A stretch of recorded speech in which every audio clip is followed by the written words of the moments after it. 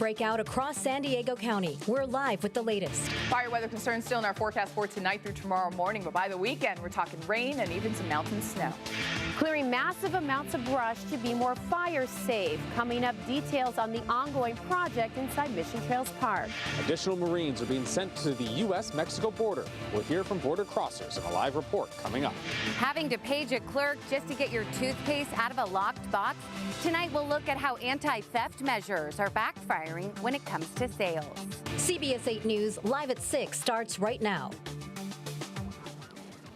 We begin tonight with the latest on a pair of brush fires that broke out in San Diego today amid dry conditions and gusty Santa Ana winds. Firefighters quickly got a handle on the Gilman Fire that briefly threatened homes in La Jolla. But right now, fire crews are still working to gain control of the border fire burning near Otay Mountain Truck Trail. Good evening and thanks for joining us. I'm Marcella Lee. I'm Carlo Cicchetto. Both fires broke out around the same time this afternoon. Tonight, we have team coverage.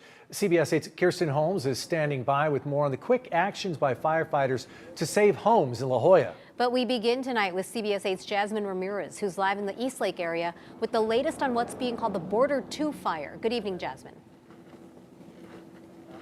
Yeah, guys, I mean, we've really just watched this fire grow just over the past hour. Right now, we're right next to Otay Lake, so at least 3 miles from where this fire is. You can just imagine how big these flames are, and we're just seeing more and more flames as the time goes by. Now, this fire, it's out in the wilderness, really in a remote area. So far, no structures are threatened. It's about a half-mile west of Doghouse Junction. Now, we've seen a lot of air support out here, of course, helicopters, those water tankers, at least 200 crew members, CAL FIRE tells us, are out there trying to fight this fire. Now, it started just around 2 p.m. and at last check it has grown to more than 228 acres, and again 0% containment. Now, we've seen a lot of smoke too. Of course, now that the sun has gone down, you can't see as much as that, but it was very dark, thick black smoke, meaning this fire is hitting a lot of that dry vegetation, and of course that's just fueling the fire. The crews, they'll be out here for a while, as it is just no containment there yet. There's also this active smoke advisory that's been announced. It's affecting areas in southwestern San Diego County, Otay Mesa, and nearby areas. Of course, the firefighters, they're also having to deal with the wind conditions, and we are under a high wind warning. So just, you know, really good luck to those crews out there, and hopefully we'll be hearing some good news soon. Back to you guys. Thanks, Jasmine. And at about the same time that the Border 2 fire broke out, a fire erupted in La Jolla, and it quickly forced mandatory evacuations for people living above and around that canyon. CBS 8's Kirsten Holmes is live in La Jolla tonight with the quick work from firefighters. Kirsten, we're having a little bit of trouble with her shot right now. There you are, Kirsten. What's going on out there?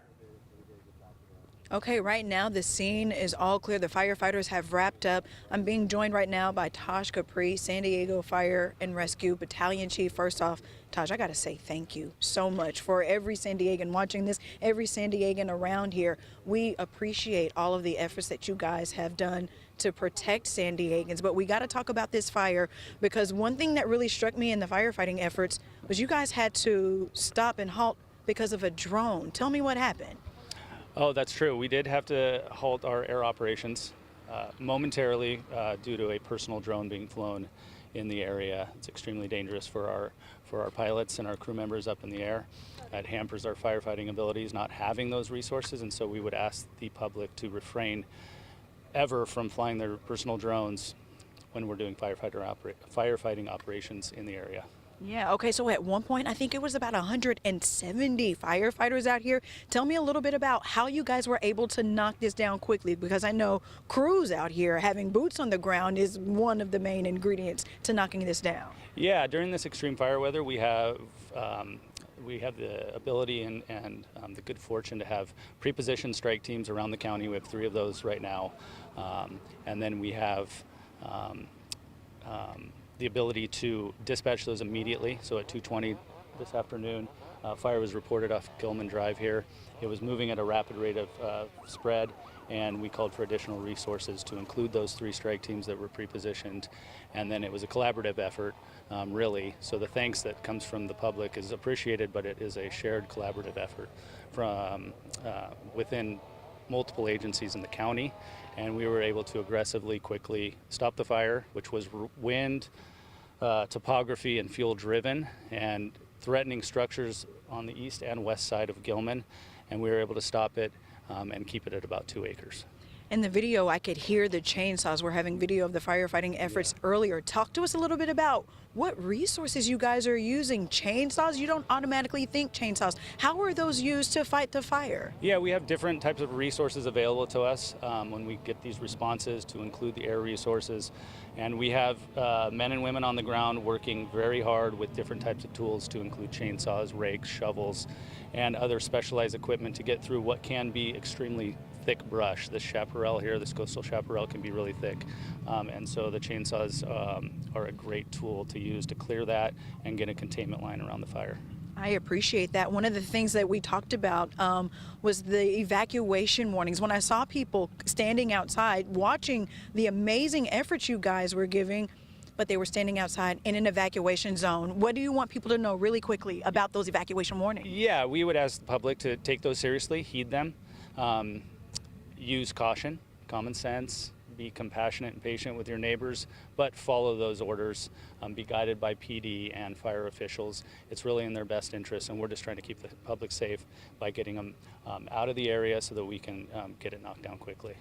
Chief Tosh, thank you so much for your efforts. Okay, so we want to remind everyone that Gilman Drive is closed until they wrap up their efforts right here. And again, you can see that they're clearing up, so Gilman Drive should be open soon. You'll get an alert when it's okay. The evacuation warnings and all of that stuff has been lifted, and we want to again thank our firefighters, but you can thank them by obeying those evacuation warnings. Reporting for CBS 8, I'm Kirsten Holmes. Back to you.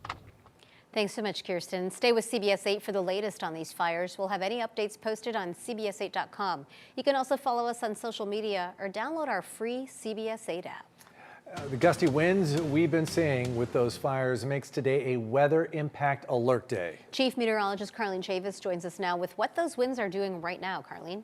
Yes, we are still having those winds pick up, but the thing is we no longer have that high wind warning in effect. That is good news. That expired at 6 p.m. tonight, so about 6 minutes ago. The strongest gusts were earlier today. We have a gust of about 14 miles per hour in La Jolla, but still some very dry conditions out there and much faster wind speeds across Otay Mountains. And that's with sustained wind speeds out of the east, about 24 miles per hour, and then you have those gusts upwards of 33 miles per hour.